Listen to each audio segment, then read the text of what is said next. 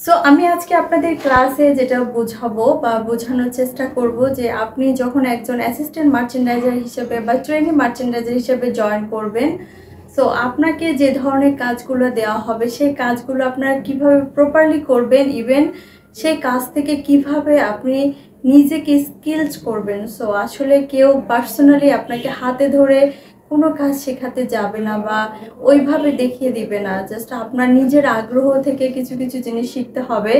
কারণ আসলে যারা এই সেক্টরে কাজ করে সবাই সবার জায়গা থেকে অনেক ব্যস্ত। আপনাকে যে সিনিয়র আন্ডারে দেওয়া হবে সেও অনেক কাজের মাঝে থাকবে, হয়তো বা তার ওরকম টাইম নাও থাকতে পারে আপনাকে ওই জিনিসগুলো বুঝিয়ে দেওয়ার জন্য বা ওইভাবে আপনাকে স্কিলস করার জন্য যে জিনিসগুলো দরকার সেটা সে আপনাকে সে ধরনের টিপস নাও দিতে পারে। বা অনেক সময় মেন্টালি ভ্যারি করে, অনেকে আসলে সময় থাকলে ওইভাবে শেখাতে চায় না, যেটা আমার ক্ষেত্রে হয়েছিল। আমি যে সিনিয়র আন্ডারে ছিলাম, সো উনি আমাকে আসলে ওইভাবে হেল্প করেনি, বাট আমি আমার আগ্রহ থেকে কিছু কিছু জিনিস শিখেছি বা করেছি। সো আমি চাই আপনারা যারা নতুন ক্যারিয়ার স্টার্ট করতে চাচ্ছেন, সো আপনারা যাতে এখানে হোপলেস না হন বা অল্প তাড়াতাড়ি, যেমন অনেকে আছে 6 মান্থ কাজ করার পরেও তারা আসলে মানে ভালো কিছু দেখাতে পারে না কোনো অর্গানাইজেশনকে। ইভেন আসলে 6 মান্থ আসলে আপনাদের একটা প্রভিশন পিরিয়ড থাকবে। সো যেটা তারা দেখবে যে আপনার এফিসিয়েন্সি অফ ওয়ার্ক, আপনি কতটুকু পিক করছেন বা কতটুকু শিখছেন, ওটার উপর ডিপেন্ড করে কিন্তু একটা কোম্পানি আপনাকে পার্মানেন্ট করার চিন্তা ভাবনা করবে। যখন আপনি কোথাও ট্রেনি হিসেবে জয়েন করবেন, আপনার কাজের দক্ষতা বা আপনার কাজকে পিক করার উপর ডিপেন্ড করে তারা কিন্তু আপনাকে সেখানে পার্মানেন্ট এমপ্লয়ি হিসেবে নেওয়ার চিন্তা ভাবনা করবে। আর যদি আপনি না পারেন তাহলে হয়তো বা আপনাকে সরি বলে দিবে। সো ওই ক্ষেত্রে আসলে নিজেকে গ্রোয়িংটা নিজের করতে হয়, এখানে আপনাকে আসলে কি ওইভাবে হাতে ধরে শেখাবে না। সো আমি সেই জন্য আপনাদের জন্য একটা ক্লাস রাখছি, যাতে আপনারা এখান থেকে কিছু নলেজ নিয়ে আপনারা সেখানে ইউটিলাইজ করতে পারেন বা আপনারা ভালো কিছু করতে পারেন। সো সেই উদ্দেশ্য নিয়েই আমার আসলে ক্লাসগুলো আপনাদের জন্য নেওয়া। যদি এখানে আমার ক্লাসের মধ্যে যদি আপনাদের আরও কিছু ডিটেল জানার আগ্রহ থাকে বা জানতে চান আরও কোন বিষয়গুলো জানলে আপনাদের জন্য সুবিধা হবে, আমাকে মেসেজ করতে পারেন বা কমেন্টস করতে পারেন। আমি ওই রিলেটেড আবারও আপনাদের জন্য নতুন ক্লাস ডেফিনেটলি দিব। সো এখন আমি জাস্ট আপনাদেরকে আসলে মুখে বলে অনেক সময় অনেক কিছু বোঝানো যায় না, যে কারণে আমি চেষ্টা করব আপনাদেরকে লিখে কিছু কিছু জিনিস বোঝানোর জন্য। সো চলুন আমি আপনাদের সঙ্গে কিছু জিনিস ডিটেলসলি লিখে আলোচনা করি। সো আপনি যখন একটা অর্গানাইজেশনে বা একটা কোম্পানিতে অ্যাসিস্ট্যান্ট মার্চেন্ডাইজার বা ট্রেনি মার্চেন্ডাইজার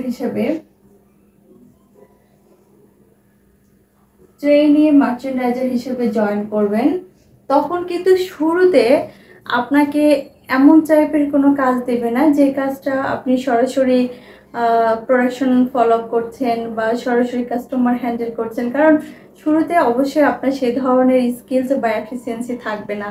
সো আপনাকে শুরুতে যে ধরনের কাজগুলো সাধারণত দেবে বা আপনাকে দিয়ে করানোর চেষ্টা করবে, সেটা হচ্ছে যে আপনার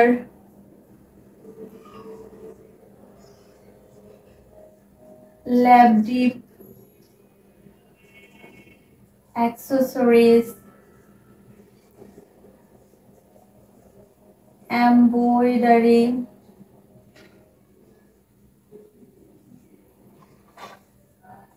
প্রিন্ট। আচ্ছা, আমি বোর্ডে যে জিনিসগুলো লিখছি আপনারা ক্লিয়ারলি বুঝতে পারছেন কিনা সেটাও অবশ্যই আমাকে আপনারা একটু কমেন্টস করে জানাবেন।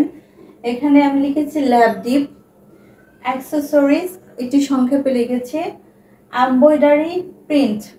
সো এই চারটা বিষয়, এই চারটা জিনিসের উপরে শুরুতে আপনাকে হয়তো বা কিছু টাস্ক দিবে, কাজ করতে বলবে আপনার সিনিয়ররা। সো আপনাকে সেই অনুযায়ী সো এখানে ল্যাবডিপের যে প্রসঙ্গটা আমি বলেছি, ল্যাবডিপ সাধারণত আমাদের কয়েকটা স্টেপে করানো হয়ে থাকে। যেমন আমরা ডেভেলপমেন্ট বা সেলসম্যান স্যাম্পলের ক্ষেত্রে, সেলসম্যান স্যাম্পল বলতে আমরা যেটা হচ্ছে যে মার্কেটিংয়ের জন্য, কাস্টমার মার্কেটিংয়ের জন্য করিয়ে থাকে। সো আমরা প্রথমত সেলসম্যান স্যাম্পলটা সবসময় অ্যাকুরেট ফ্যাব্রিক, অ্যাক্সেসরিজ, ইভেন কালারের উপর ডিপেন্ড করে আমাদের ল্যাবডিপটা করানো হয়। ল্যাবডিপটা মেইনলি হচ্ছে যে কালার, কাস্টমার যে আমাদের কাছ থেকে যে কালারটা এক্সপেক্ট করছে, তারা হয়তো আমাদেরকে কয়েকটা কালার দিয়েছে। সো 4-5টা কালার দিয়েছে, suppose black, white, pink, green, এই টাইপের সাপোজ 4টা কালার আমাদেরকে কাস্টমার দিয়েছে। সো এই কালারটা তাদের যে টিপিএক্স বা কালার কোড আমাদের দিয়েছে, সেই অনুযায়ী আমাদের এই ল্যাবটা করানো হয়। সো আমরা যখন এই ল্যাবটা করব, ল্যাবটা করার পরে দেন আমরা এই অনুযায়ী কাস্টমারের কাছ থেকে অ্যাপ্রুভাল নিব। অ্যাপ্রুভাল নিয়ে দেন ওই অনুযায়ী আমরা সেলসম্যান ফেব্রিকের জন্য যে বুকিংটা, সেটা আমরা প্রসিড করব। সো আমি অত ডিটেলসলি আপনাদের সঙ্গে এখনই আলোচনা করব না, হয়তো আপনারা বুঝতে পারবেন না, যেহেতু আপনারা বিগিনিং স্টেজে আছেন। সো যখন আপনাকে এই ল্যাব ডিপটা করতে দেওয়া হবে, তখন আপনাকে হয়তো বা 2টা ল্যাব ডিপ সোয়াস বোর্ড দেওয়া হবে। যেমন একটা আমাদের অফিস রেফারেন্স, আরেকটা কাস্টমার রেফারেন্স। সো যখন আপনাকে যে 4টা কালার দেওয়া হবে, তখন আপনি কি করবেন, সেই 4টা কালার যদি আপনার সাফিসিয়েন্ট ল্যাব থেকে থাকে, মানে কালার সোয়াস থেকে থাকে, তাহলে আপনি ওই 4টা কালার সোয়াস আপনি আপনার একটা ডায়েরিতে টিক করবেন, লিখে ফেলবেন, স্টাপলার করবেন, করে সেখানে কোনটা কোন কালার সেটা আপনি লিখে ফেললেন। সো আপনার একটা কালার আইডিয়া হয়ে গেল যে এটা ব্ল্যাক, এটা হোয়াইট, এটা পিঙ্ক, এটা গ্রিন। হ্যাঁ, পিঙ্কের মধ্যে অনেক ধরনের পিঙ্ক আছে, গ্রিনের মধ্যে অনেক ধরনের গ্রিন আছে, এটা কোন ধরনের গ্রিন, এটা কোন ধরনের পিঙ্ক, এই জিনিসটা আপনি জেনে নিলেন। ইভেন কোন ফ্যাব্রিকের জন্য এই সসটা করা হচ্ছে। সো এটা কিন্তু আপনার হচ্ছে যে ফ্যাব্রিকের ন্যাচারের উপর ডিপেন্ড করে, যেমন সিঙ্গেল জার্সির জন্য এক ধরনের সস করা হচ্ছে, বা যদি আপনার পিকে করেন একটুখানি ভেরিয়েট হয়ে যাচ্ছে, বা আপনি যদি ডিফারেন্ট অন্য কোনো ফেব্রিকের উপরে করেন, সেটা কিন্তু আরেকটা ডিফারেন্ট কালার চলে আসতেছে। এটা কেন আসতেছে, কি জন্য আসতেছে, আপনারা এটার উপর রিসার্চ করতে পারেন। সো এটা নিয়ে আপনি কাজ করবেন। শুধুমাত্র আপনার কাজ 2টা সোয়াস বানিয়ে সীমাবদ্ধ রাখবেন না, যে আমাকে জাস্ট ল্যাবের সোয়াস করতে বলেছে, আমি 2টা সোয়াস বানিয়ে অলরেডি তৈরি করে দিয়েছি, সো এটাই আমার ওয়ার্ক। সো এখান থেকে আপনি কিন্তু কিছু পাচ্ছেন না, এটা জাস্ট আপনি একটা কপি পেস্ট ওয়ার্ক করে দিচ্ছেন। সো এখান থেকে কিন্তু আপনার কোনো স্কিল আসতেছে না। আপনি যখন ওই কালারগুলো নিয়ে আপনি রিসার্চ করবেন, তখন কিন্তু আসলে মেইনলি আপনার কিছু নলেজ এখানে অ্যাড হবে। সো আশা করি আপনারা ক্লিয়ার এই বিষয়টাতে। আর অ্যাক্সেসরিজের যে প্রসঙ্গটা, এখানে যে অ্যাক্সেসরিজ যখন কোনো বাল্ক অর্ডার করা হয়, বা এই যে সেলসম্যান স্যাম্পল এই টাইপের, এগুলো কিন্তু অ্যাকুরেট অ্যাক্সেসরিজের উপরে করানো হয়। সো আপনি যে আইটেমটাতে কাজ করবেন, সেখানে কতগুলো অ্যাক্সেসরিজ আছে, কি টাইপের অ্যাক্সেসরিজ আছে, কি ধরনের কোয়ালিটির অ্যাক্সেসরিজ আছে, ইভেন কোন অ্যাক্সেসরিজের কি ধরনের নাম, কি ধরনের প্রাইস, আপনি সেগুলা একটা লিস্ট করে ফেলেন আপনার ডায়েরিতে, সুন্দর মতো লিস্ট করেন। আপনি ওটাকে দেখেন, প্রত্যেক সময় দেখেন, আপনার সিনিয়রকে জিজ্ঞেস করেন এটা কোন ধরনের, যেমন একটা মেইন লেভেল, এটা ওভেন হতে পারে, টুল হতে পারে, আর অন্য কিছু হতে পারে। সো এই জিনিসগুলো আপনি নিজে নিজে রিসার্চ করেন, আপনার সিনিয়রকে জিজ্ঞেস করেন, আপনি জানার চেষ্টা করেন, তখন দেখবেন ওখান থেকে আপনার একটা এক্সপিরিয়েন্স চলে আসছে। সো অ্যাক্সেসরি সম্পর্কেও আপনি, এটা অনেকে চিন্তা করে অ্যাক্সেসরিজ এটা একটা বেসিক জিনিস, সো এখান থেকে আসলে শেখার কি আছে, ডেফিনেটলি আপনাকে অনেক কিছু শেখার আছে এখানে। সো আপনি শুধুমাত্র আপনাকে সিনিয়র দিল যে আমাকে 2টা সস বোর্ড বানিয়ে দাও, আমি এটা আমার ফাইলিং করব, সো এই পর্যন্ত ডেফিনেটলি আপনি সীমাবদ্ধ থাকবেন না। আপনি সেখানেও রিসার্চ করবেন, সেখান থেকেও জানার চেষ্টা করবেন, তাহলে ডেফিনেটলি আপনি কিছু জানতে পারবেন সেখান থেকে। হ্যাঁ, তারপরে যে এমব্রয়ডারি যে বিষয়টা, আপনি যখন অ্যাজ এ অ্যাসিস্ট্যান্ট বা ট্রেনি হিসাবে জয়েন করবেন, আপনাকে অনেক সময় হয়তো বা আপনার সিনিয়র কোনো এমব্রয়ডারি ফ্যাক্টরিতে সেন্ড করবে, বা আপনাকে কোনো ডিজাইন দিবে যে ওটা ফলো করে আপনি এটাকে ডেভেলপ করেন। সো তখন আপনি যখন কোনো এমব্রয়ডারি ফ্যাক্টরিতে যাবেন, যাওয়ার পর আপনি যে এমব্রয়ডারিটি নিয়ে কাজ করছেন সেটা নিয়ে তো ডেফিনেটলি অ্যানালাইসিস করবেন। পাশাপাশি সেই এমব্রয়ডারি ফ্যাক্টরিতে কিন্তু আরও ভ্যারাইটিস টাইপের এমব্রয়ডারি কাজ হয়ে থাকে। সো সব ধরনের এমব্রয়ডারিগুলো নিয়ে আপনি ওটা রিসার্চ করবেন, বা এটা কতটা নিডল ইউজ করা হয়েছে, কত ধরনের এখানে কত ধরনের স্টিচ এখানে অ্যাপ্লাই করা হয়েছে, এটা প্রাইস কেমন হতে পারে, এটি কোন ধরনের এমব্রয়ডারি। সো এমব্রয়ডারির অনেক ধরনের ক্যাটাগরি আছে। সো আপনি চেষ্টা করবেন এমব্রয়ডারির নামগুলো জানার। ইভেন সেখান থেকে কিছু সোয়ার্স আপনি প্রয়োজনে নিয়ে আসলেন, আপনার ডায়েরিতে অ্যাটাচ করলেন, করে ওই অনুযায়ী আপনি কিছু জিনিস আপনার নলেজে অ্যাড করতে পারেন। ঠিক আছে। আর লাস্টলি ফর প্রিন্ট, প্রিন্ট কিন্তু মোস্ট ইম্পর্টেন্ট একটা পার্ট গার্মেন্টস সেক্টরে। এই প্রিন্টটা অনেক বেশি ইউজফুল। অনেক সব ম্যাক্সিমাম প্রোডাক্টগুলোতে কম বেশি প্রিন্ট ইউজ করা হয়ে থাকে।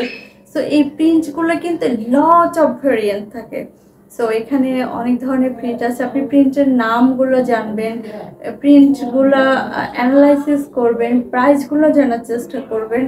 সো আপনার যেহেতু এগুলো বিগিনিং স্টেজের ওয়ার্ক, যখন আপনি এই সম্পর্কে জানবেন, যখন আপনি অ্যাসিস্ট্যান্ট থেকে আপনি যখন এজ এ মার্চেন্ডাইজার হিসেবে প্রমোটেড হবেন, তখনই আপনি ফিল করতে পারবেন যে এই জিনিসগুলো আপনার জন্য কতটি ইম্পর্টেন্ট ছিল। কারণ আপনি যখন মার্চেন্ডাইজার হিসেবে প্রমোটেড হবেন, তখন আপনার ডায়েরিতে অ্যাড হবে কস্টিং, আপনাকে নেগোসিয়েশন করতে হবে, আপনাকে প্রোডাকশন করতে হবে, সোর্সিং করতে হবে। তো যখন আপনি এই জিনিসগুলো করবেন, তখন আপনি অলরেডি অ্যাক্সেসরিজ নিয়ে ঘাটাঘাটি করেছেন, আপনি জানেন অ্যাক্সেসরিজের প্রাইস, আপনি জানেন প্রিন্টের প্রাইস, আপনি জানেন এমব্রয়ডারি প্রাইস। সো আপনি ফ্যাব্রিক চেনেন, কালার চেনেন। সো এই জিনিসগুলো যখন আপনি অলরেডি জানেন, তখন কিন্তু আপনার জন্য অনেক বেশি ইজিয়ার হয়ে যাবে। সো আশা করি আপনারা বুঝতে পেরেছেন যে আপনারা কিভাবে স্টার্ট করবেন, কিভাবে আসলে আপনাদের কাজ করা উচিত। সো আমি আজকে খুব শর্টলি আপনাদেরকে বোঝানোর চেষ্টা করলাম। আর আমি আপনাদের জন্য ডিটেলস আরও কিছু ভিডিও আপনাদের জন্য আমি রাখবো, বাট সেক্ষেত্রে অবশ্যই আমাকে আপনারা ইন্সপায়ার করার জন্য আমার সঙ্গে থাকবেন। ইভেন আপনারা যে আমার ভিডিওগুলো দেখছেন, পছন্দ করছেন, আমার ভিডিও চাচ্ছেন, সেই অনুযায়ী আমাকে আপনারা কমেন্টস করে জানাবেন, দেন ওই রিলেটেড ডেফিনেটলি আমি আর অনেক ভিডিও তৈরি করব। সো আজকে এই পর্যন্তই। সবাই ভালো থাকবেন, সুস্থ থাকবেন। আল্লাহ হাফিজ, টেক কেয়ার।